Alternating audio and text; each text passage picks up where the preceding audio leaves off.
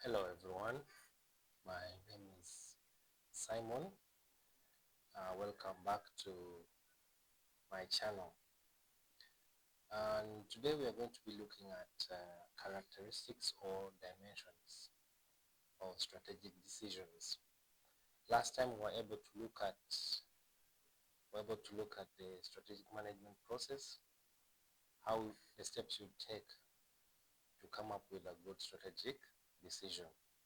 So let's try to see the characteristics, the dimensions. How do strategic decisions actually look like? Or what are some of the characteristics? So I've just made a small guide here to help us guide the discussion, but you can follow along in your book or your module.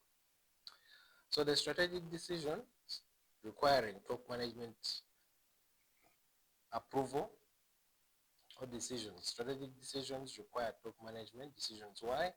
Because some decisions are too important to be made by lower management. In other words, issues to do with operations in lower management, uh, a, a manager can be able to decide and take up responsibility. However, for strategic decisions, some of these decisions have to be approved by the board of the company or of the school because it affects the whole organization. If the decision is to affect the whole organization, then surely that's a strategic decision. I would like to continue with the example we had started. We had come up with a name of a company that we already be using to get examples. We talked about Prime Link. So supposing Prime Link decides that we are going to expand our procurement and logistics business into 3 new African countries. Why? What kind of decision is that? That's a major decision. And why do we say it's a major decision? Because it will affect many of the departments.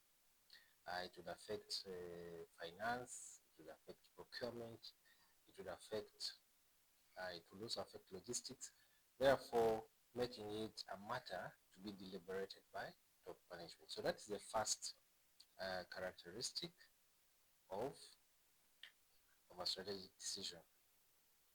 The second, strategic decision requires large amount of resources.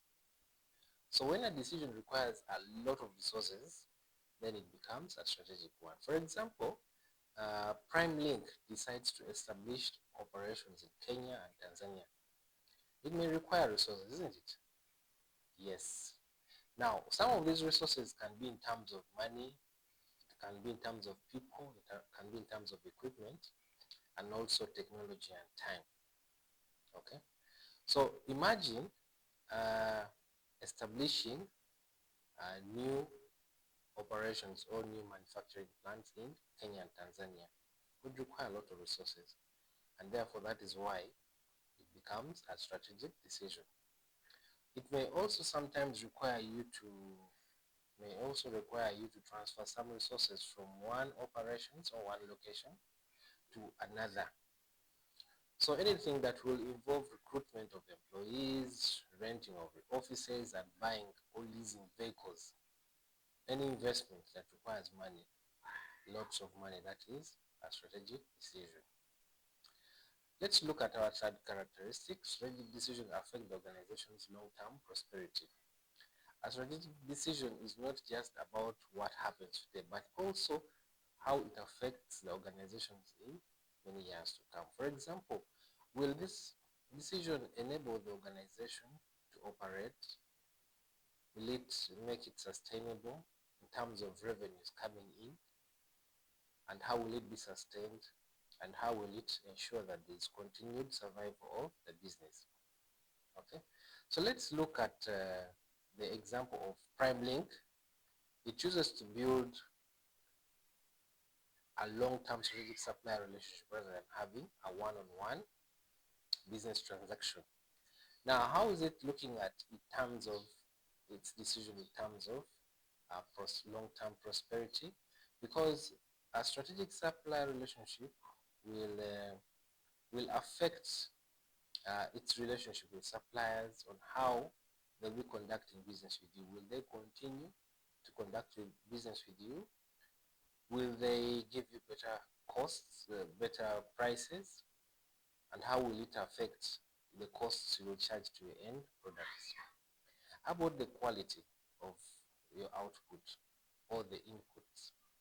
Now, these decisions that will be affected will be because of that decision.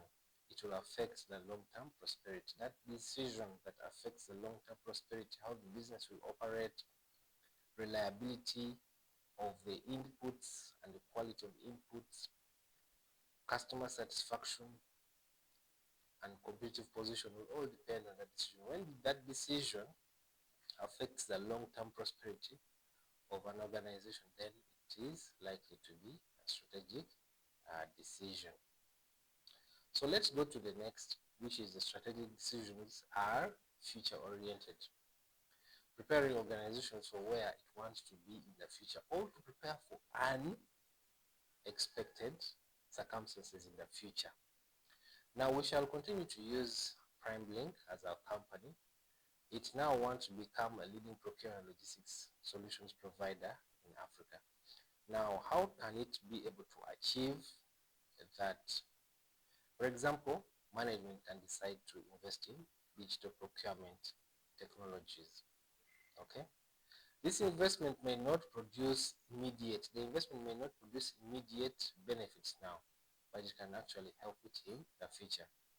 Or uncertain circumstances, decisions that can affect how it will operate in the future. These are strategic decisions. For example, you can look at maybe climate changes. Okay, anything to do with climate change. How will it affect the operations of the business? Okay, changes in legislation and governance. Then you also have decisions that can affect logistics, how to deal with logistics breakdown.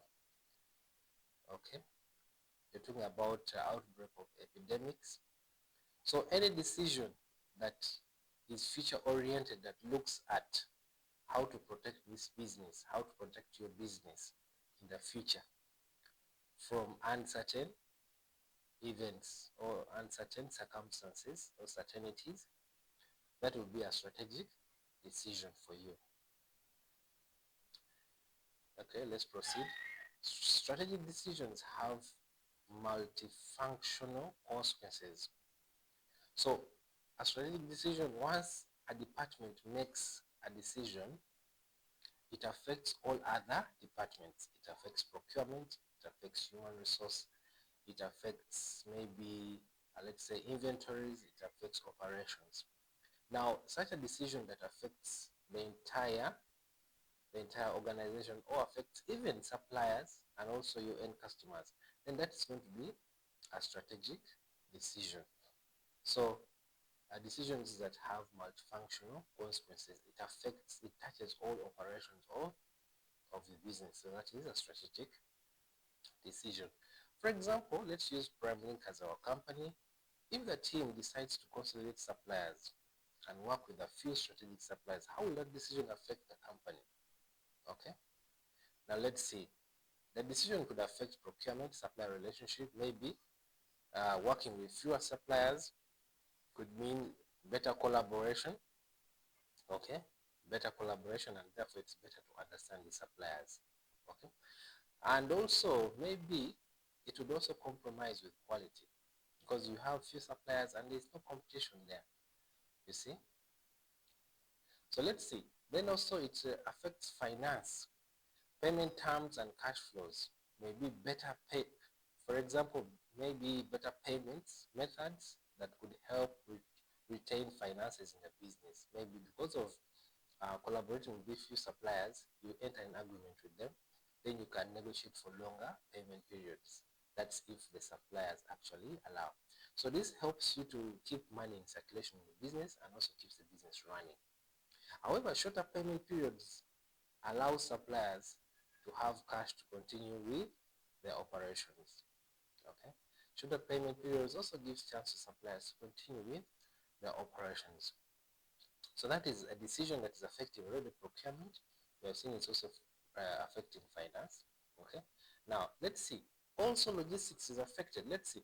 Transport and delivery arrangements may be negatively affected because there is no bulk purchases anymore. Hence high costs of transport which would have been reduced by economies of scale. Remember, if a company was to have many suppliers, they could all come together, okay, and make the shipment once. That's if all the supplies are coming from a specific region. Therefore, the costs that the company would incur in purchasing or transporting those items would be less because they would all be consolidated, and therefore the company would enjoy economies of scale, and therefore that would reduce on the transportation costs. However, if you're working with few, you may find that you may have few in a particular region. Therefore, it makes you have higher costs of transport, and therefore you will not enjoy economies of scale. How about operations? Availability of materials, services, the reliability and flexibility of these few suppliers. Now you've decided to consolidate suppliers or come bring them down to a small number. How will they be able to maintain availability or the deliverables that operations would want to consume all the time? Okay, will they have the capacity? Okay, because once you have a large number of suppliers, the advantage is if this one fails, if supplier A fails, then you can consider supplier B. So what happens? So this is how strategic decision can actually affect the entire organization. This is an example just looking at, but it can affect your operations in different ways. The number 6 strategic decisions require consideration of the external environment. Now you also have to look outside your environment if you are to make a good decision, or strategic decision also consider factors that are out of the business. So can PrimeLink make a strategic decision by looking at only what is happening inside the company?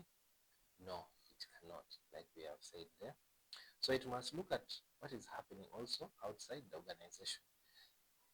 There is an example of some things that PrimeLink can look at. For example, you can talk about competitors, customers, suppliers, and also government regulations and technology. These are things that also you have to look at when you're coming up with a decision. So those decisions that are affected by the external environment, they can be strategic. Now let's see example of PrimeLink wants to expand to another African country. So before making that decision, you should consider the political aspect. Is the country politically stable? Okay, that country that it wants to expand to. So by the time that before you make a decision, you have to look at the external factor. Then it becomes a strategic decision. How about the economy?